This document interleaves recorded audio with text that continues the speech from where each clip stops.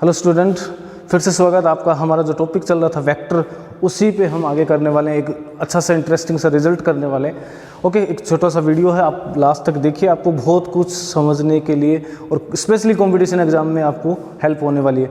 देखिए, सबसे पहले हमने कल डिफाइन किया था पहले वाले वीडियो में, a cross b, a magnitude b magnitude sine theta n cap होता है।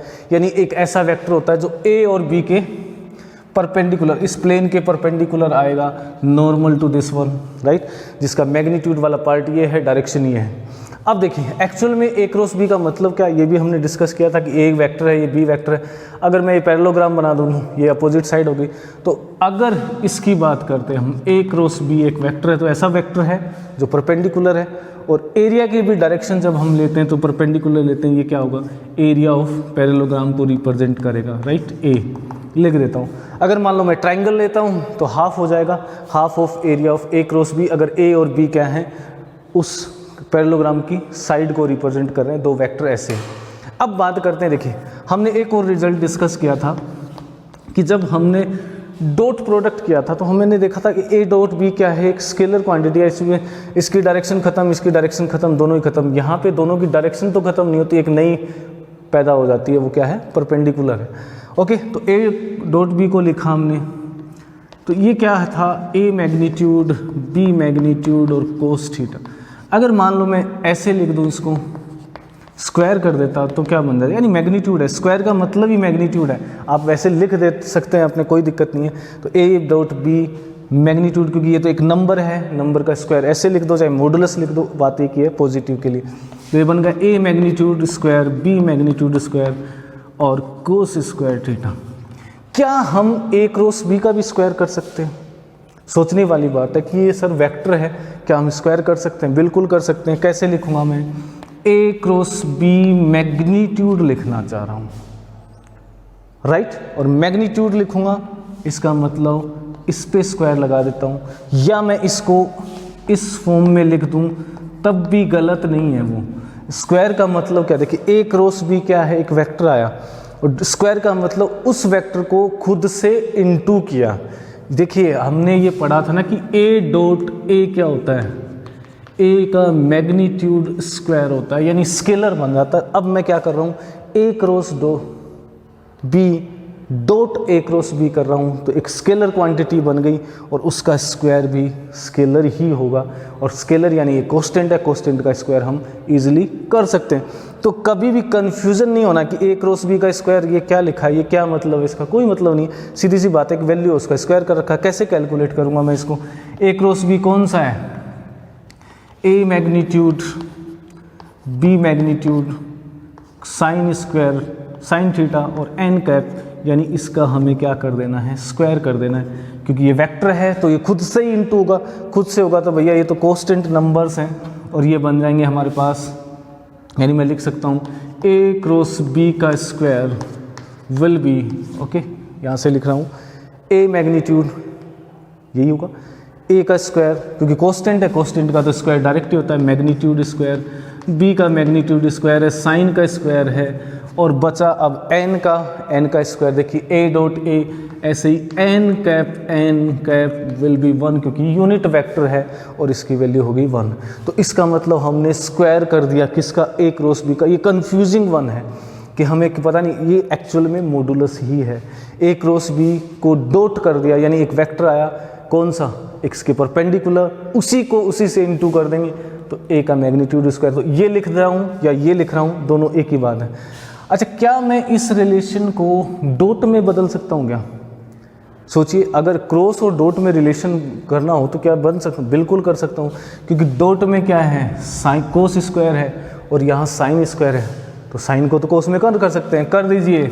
A magnitude square b magnitude square 1 minus cos square theta लिख दो। देखिए क्या रिजल्ट आने वाला है, a magnitude square b magnitude square minus a magnitude square b magnitude square और कोस स्क्वायर थीटा, और ये वैल्यू किसकी है, ए डॉट बी है, उसका स्क्वायर है, ए डॉट बी का square, a square b square cos square theta, यानी ये बन गया मेरे पास a magnitude square b magnitude square minus a dot b क्योंकि नंबर है उसका स्क्वायर कर सकते हैं, और ये भी आपके पास एक्चुअल में नंबर है, ये किसी कहीं पे लिखा नहीं है कि ऐसा नंबर, ये एक्चुअल में नंबर है।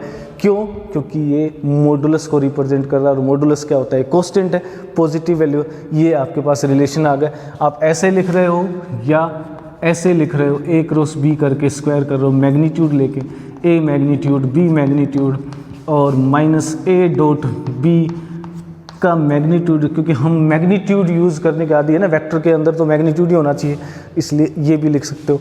ये दोनों एक ही रिलेशन है, दोनों ट्रू हैं।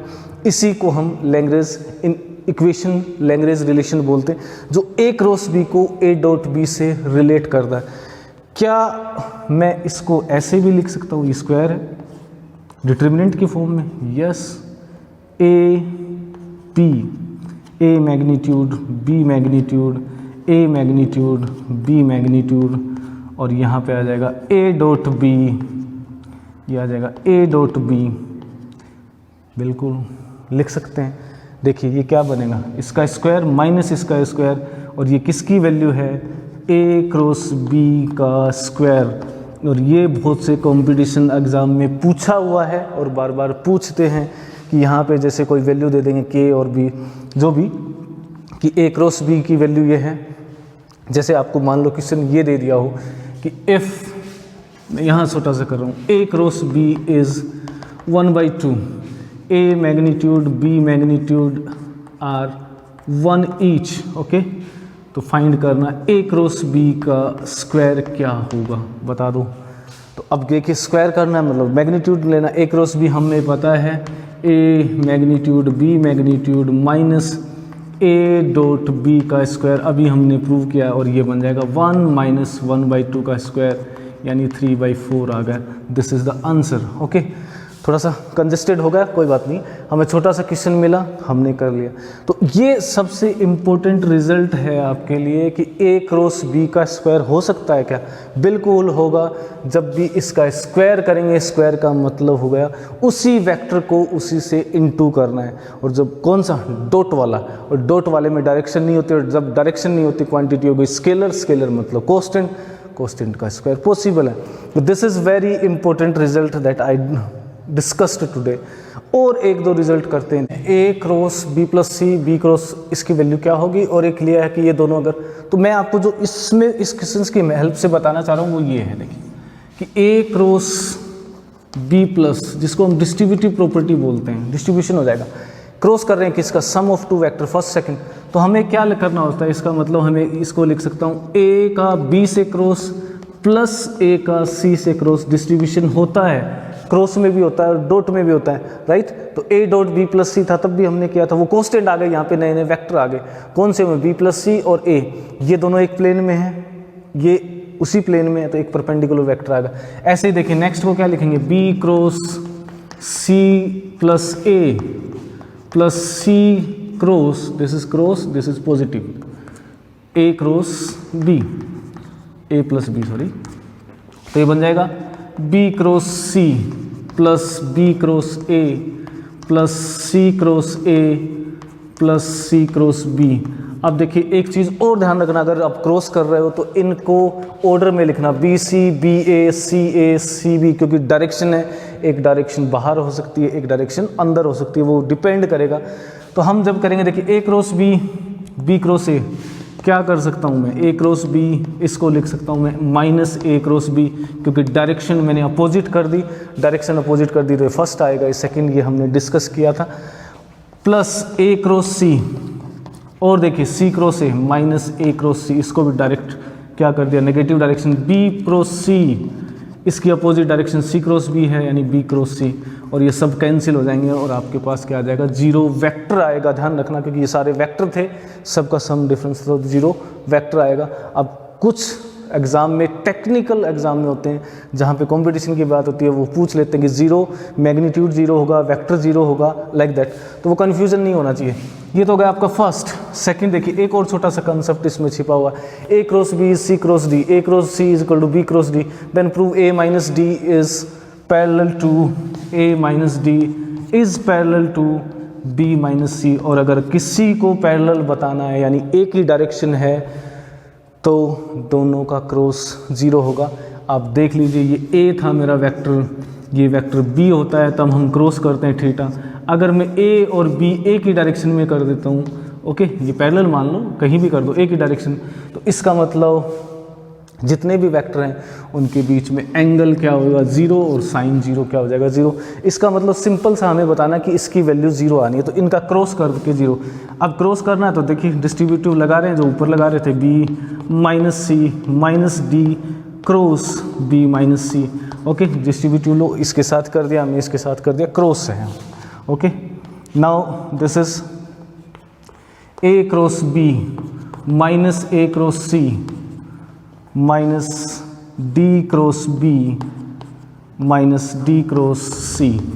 अब वैल्यूज रख दीजिए, तो चलिए इसको क्या लिखेंगे, a cross b minus a cross c, okay, और ये बन गया आपके पास माइनस, और ये प्लस का होगा, देखिए minus d b cross d लिख देता हूँ इसको, राइट, बी क्रॉस डी उसमें कन्वर्ट कर लेते जो दे रखा है, और ये लास्ट में बन गया माइनस सी क्रॉस डी, इसमें कन्वर्ट कर लेते हैं इसको माइनस सी क्रॉस डी, अपोजिट डायरेक्शन कर देंगे हम, ओके।